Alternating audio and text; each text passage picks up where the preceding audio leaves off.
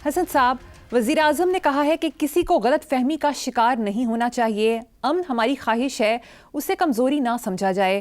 پانی ہماری life line ہے، اس پر کوئی سمجھوتا نہیں ہو سکتا.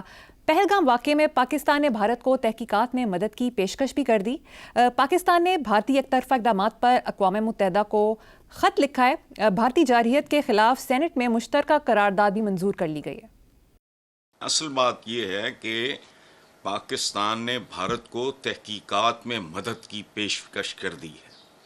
یہ تو ہے ایک انسانی کام، یہ ہے سمجھ بوجھ رکھنے والے آدمی کی اپروچ، سمجھ بوجھ رکھنے والے ایک ملک کی اپروچ. کیا ہو بھائی، اگر کوئی اس طرح کا ڈسپیوٹ ہے، کوئی کنفیوژن ہے، کوئی پرابلم ہے، تو مل جل کے اس کو انٹیروگیٹ انویسٹیگیٹ کر لیتے ہیں.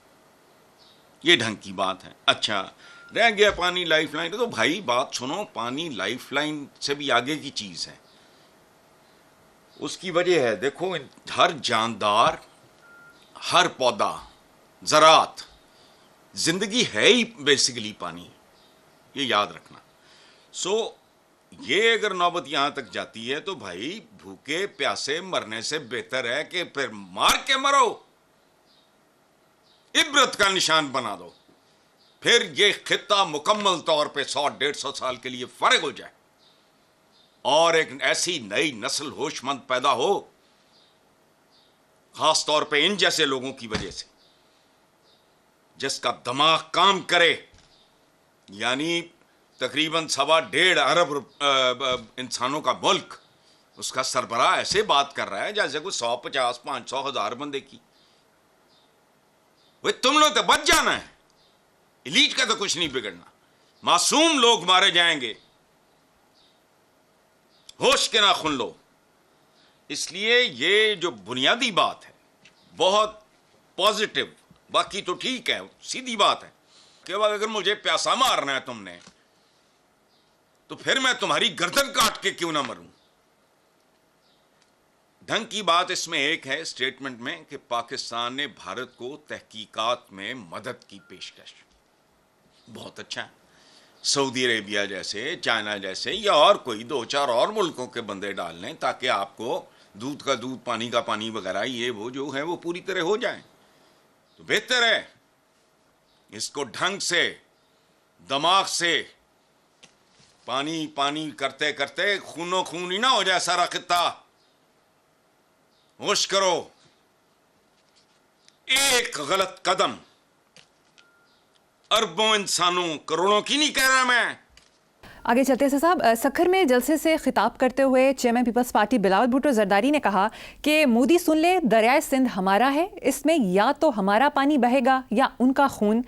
بلاول بھٹو نے کہا کہ ہم ڈٹ کر بھارت کا مقابلہ کریں گے، سنتاس معاہدے کی معطلی کو کوئی نہیں مانے گا، سندھ کے دریا کے وارث ہم ہیں اور ہم اس کا تحفظ کریں گے.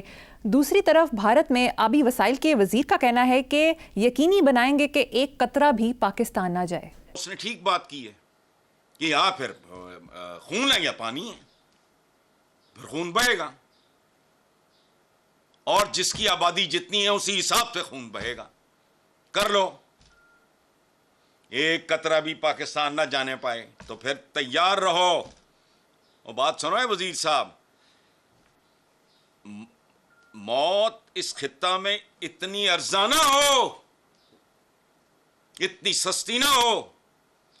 اگر پانی کا قطرہ بھی روکا تو پھر کروڑوں بے قصور معصوم انسانوں کے خون کے دریا بہیں گے اور تاریخ کالک تھوپ دے گی کچھ چہروں پہ، روند کے گزر جائے گی. موت از دا ریالٹی. جنگ نہ سے ہی ویسے بھی مرنا ہی ہے، لیکن اگر آپ کی یہ پھرتیوں اور چلاکیوں اور گھٹیا پاپولیرٹی کی کوشش سے اس کا نتیجہ نکلا تو یاد رکھنا، خود اس خطے پہ جب ہریالی آئے گی 50-100 سال بعد، لوگ نفرت سے تھوکا کریں گے ہر اس نام پہ جو اس کے پیچھے، جو اس کا ذمہ دار ہوگا. دیکھو میرے جیسے آدمی کو، میں تو ایک لکھنے پڑھنے والا آدمی ہوں، مجھے تو ان لوگوں کی بھی اتنی فکر ہے جن کا کوئی لینا دینا نہیں جتنی اپنے لوگوں کی.